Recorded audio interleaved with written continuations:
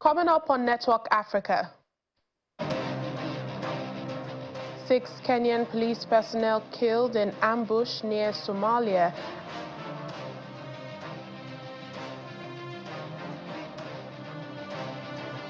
Expelled South African ambassador to the U.S., Ibrahim Rasool, welcomed home by hundreds of supporters in Cape Town. Plus,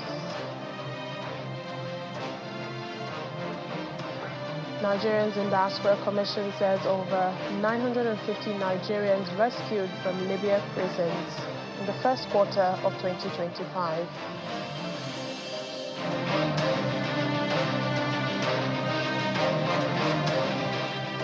Hello and welcome to the program today. I'm Layo Olarinde. Let's begin this week with stories and happenings that made headlines over the weekend.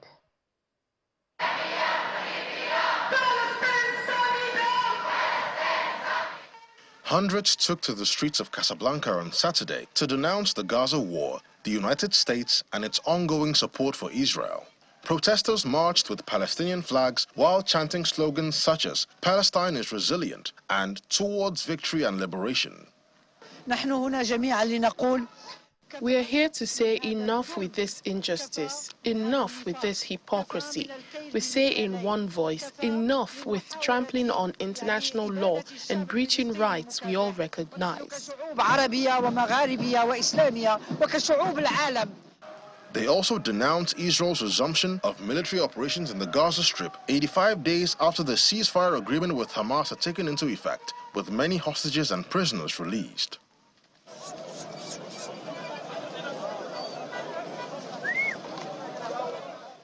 Football fans flocked to the Martyr Stadium in Kinshasa to witness the World Cup qualification match between the Democratic Republic of Congo and South Sudan, despite tensions with the M23 militants in DRC's eastern region. Supporters line up outside the stadium, with some cheering and chanting ahead of the anticipated game. Police officers were deployed to conduct thorough checks on the fans, as they made the supporters have their arms held high upon entering the match venue.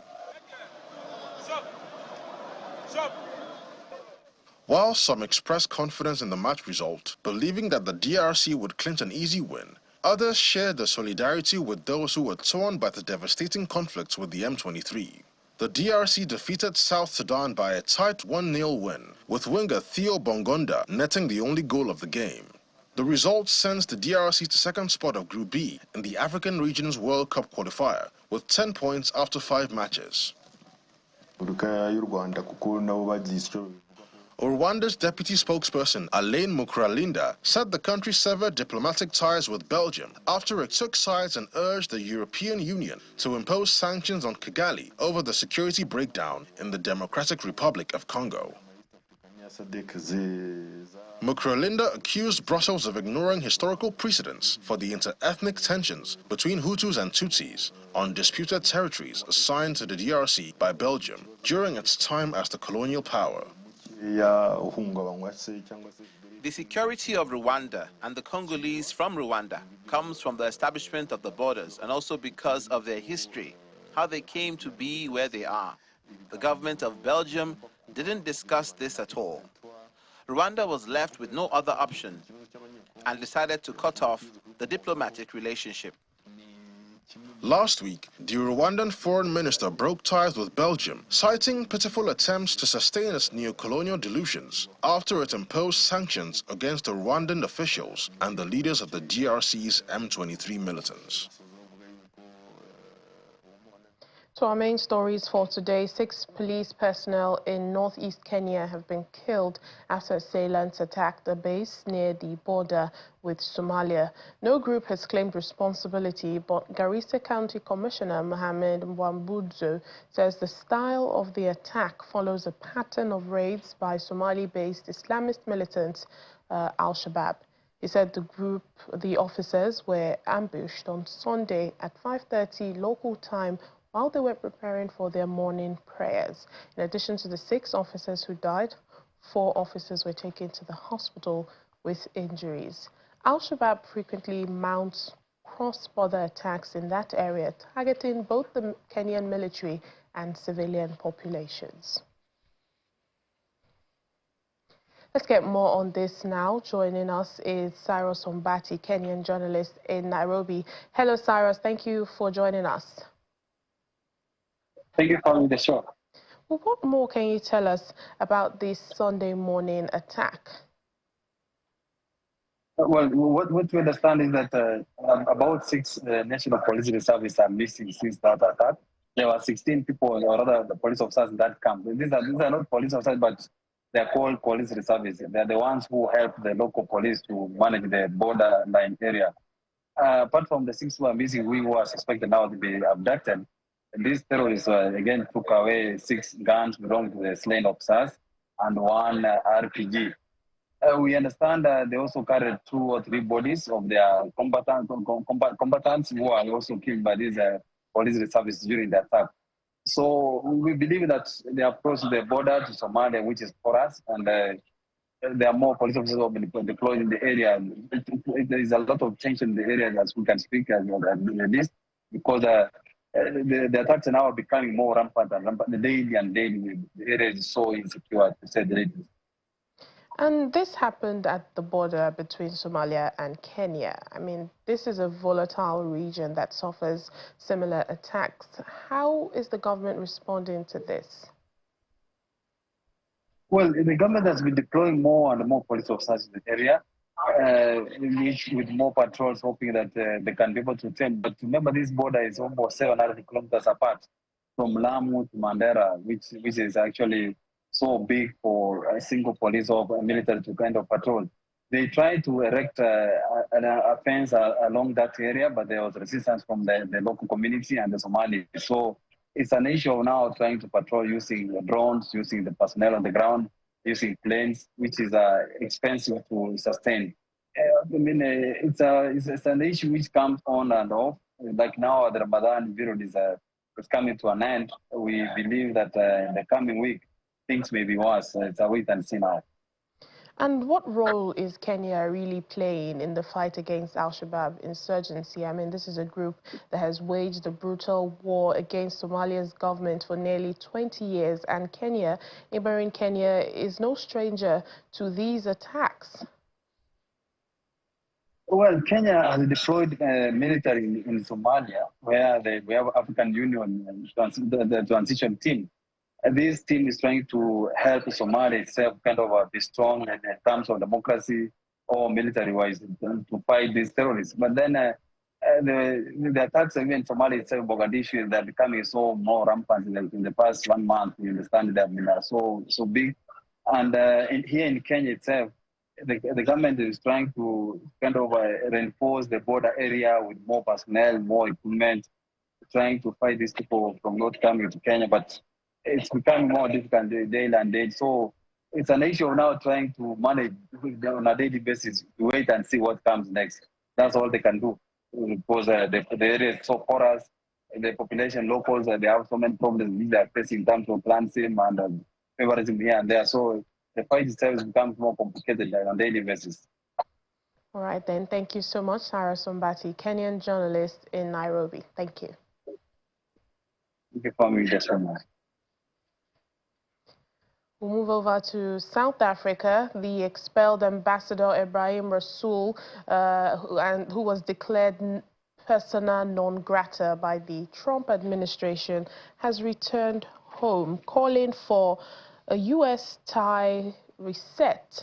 The ambassador was given a hero's welcome on his return to Cape Town, with hundreds of supporters gathering him at the international airport. He says it is important for South Africa to fix its relationship with the U.S. after President Donald Trump cut funding to the country and accused it of taking an anti-American stance.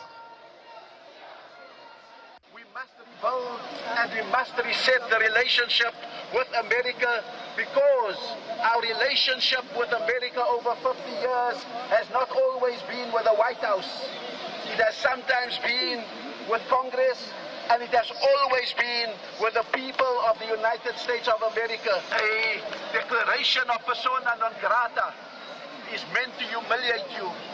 But when you return to a crowd like this, and with warmth and a sense of Ubuntu like this, then I will wear my persona non grata as a badge of dignity and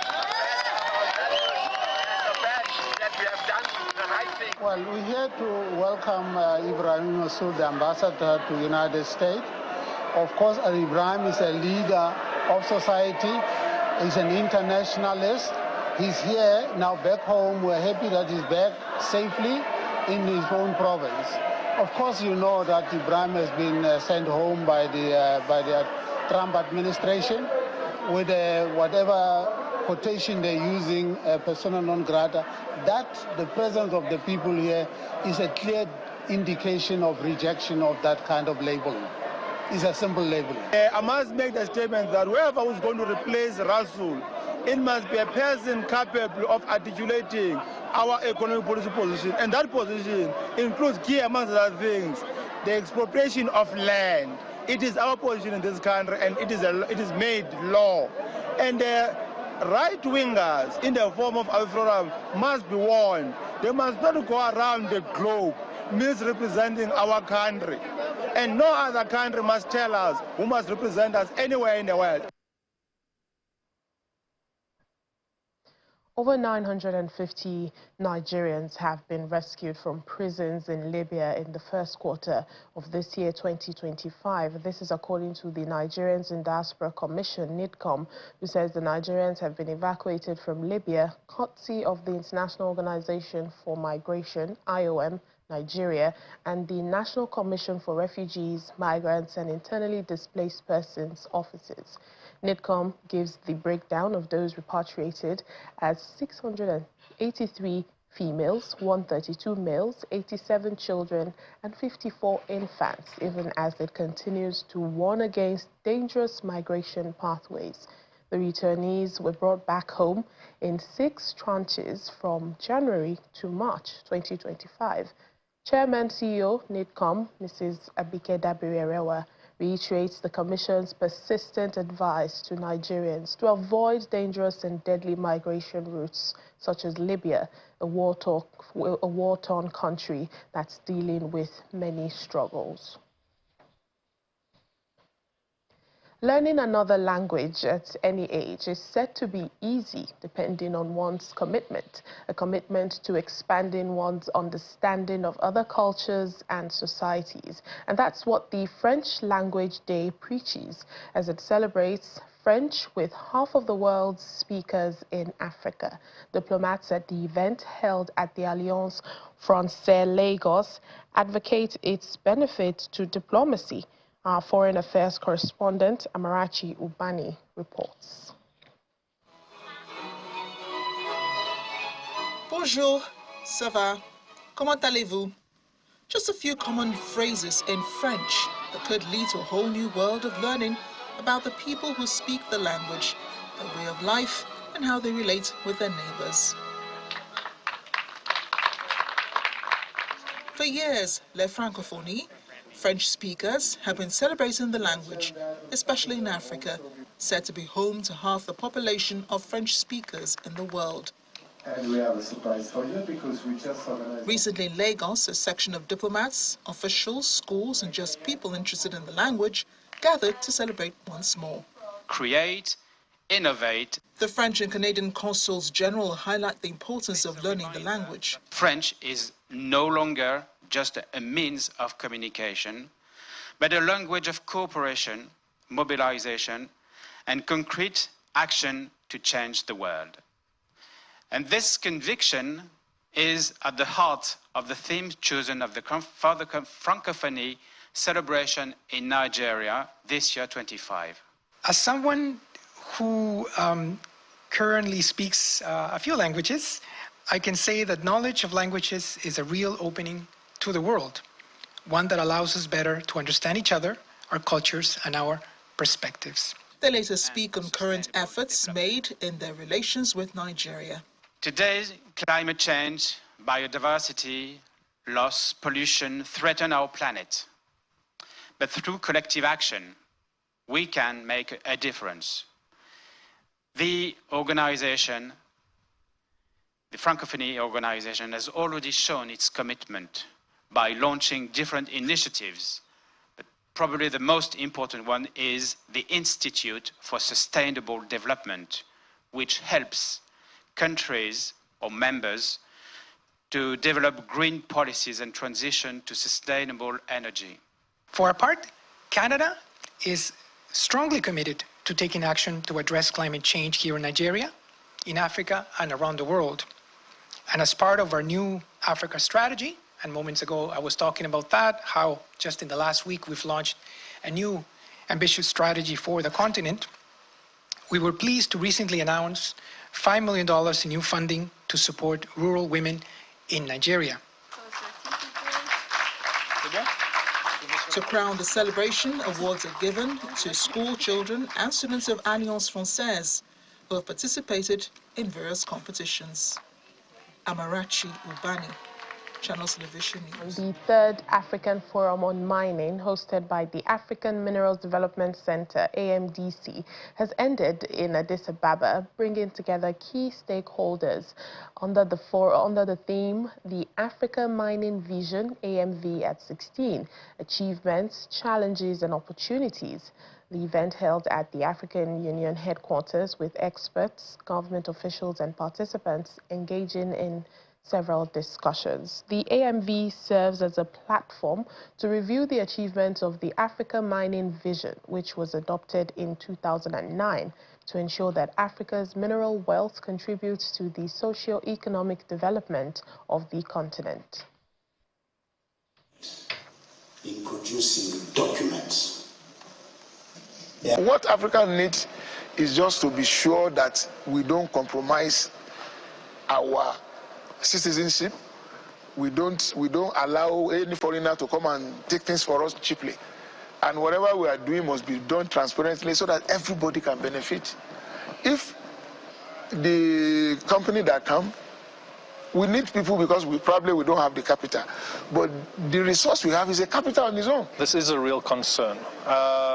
Critical minerals, there's no doubt that demand for these minerals is going to increase. That means that geopolitical interests are also going to be heightened. It means competition is going to increase. So the stakes are higher. The resources and the monetary benefits of control of these resources also increases. So in the absence of strong governance, it can lead to conflict. External powers are very interested in Africa's resources. That includes China, it includes the US, it includes Europe, it includes major Middle Eastern powers and others.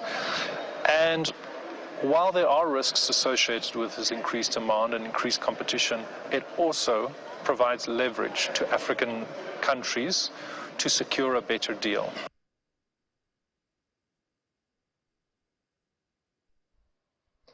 Several mass iftar events are holding across the world as Muslims continue fasting in the holy month of Ramadan. Here in Africa, faithful gather in their various homes and communities to share in the meal eaten after sunset, called iftar.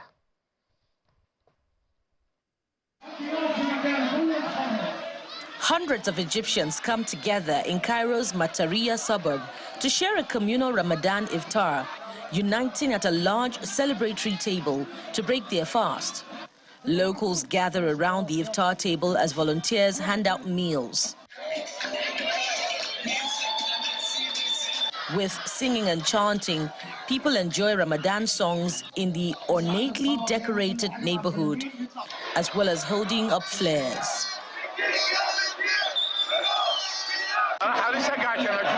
I came to see this jubilant gathering. People have created joy here in Azbek Hamada and nurtured it till it become this form that you can see in front of you. I hope that we love each other and every district tries to organize such a day. Hosting a lively and joyous mass iftar on the 15th day of Ramadan has grown into a cherished annual tradition in the Mataria suburb.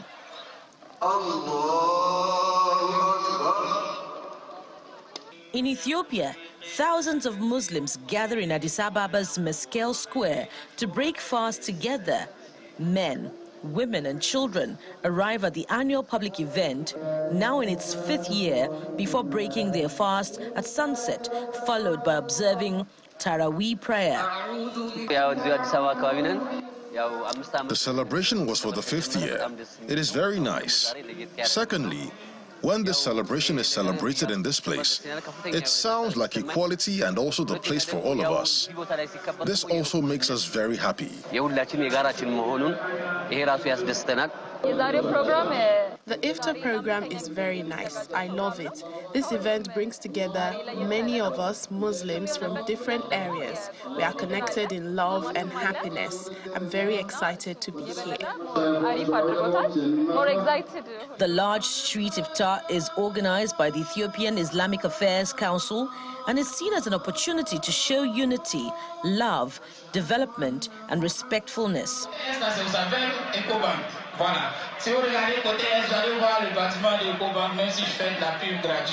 Meanwhile, in West Africa, the Muslims and Christians are breaking their fast together amid the Ramadan and Lent fasting season. Allah Akbar.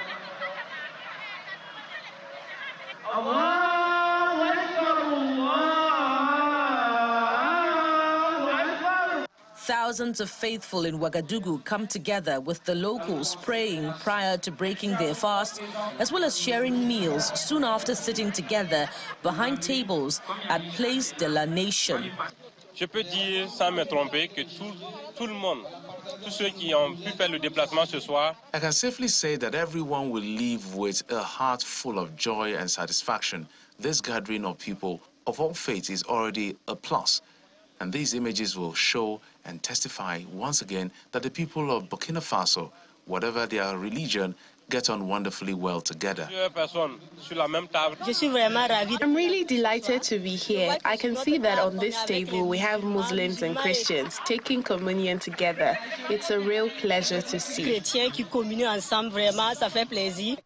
Event organizer Mumuni Kundugwi says the event serves as a reminder to celebrate the unity of Burkina Faso. Le carême chrétien coïncide avec le carême musulman. Christian Lent coincides with Muslim Ramadan. We can get together and celebrate this coincidence of penitential periods and, by extension, celebrate our unity in Burkina Faso. We also remind everyone that, whatever their religion, we are above all sons and daughters of Burkina Faso, and we have to remember that we have to live together.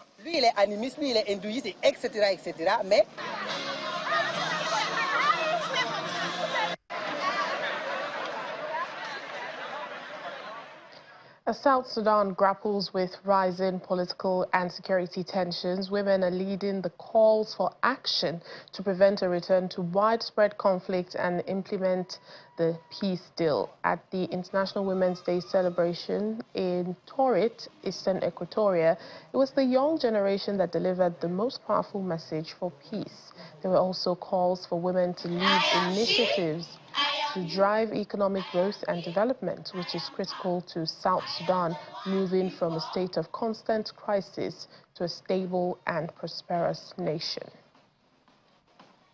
When women and girls have equal access to education and economic opportunities, the national economy grows. When more women are represented in politics, governance and accountability thrive. When women and girls are safe and live free from violence, families prosper. When women and girls live in a healthy environment, communities flourish. And when women participate in peace processes, real peace comes sooner and it endures. We need to work together, both men and women, to create a conducive environment in which both male and female are equally masters of themselves. And that's it on the program for today. Thank you for watching. I'm Layo Olarinde.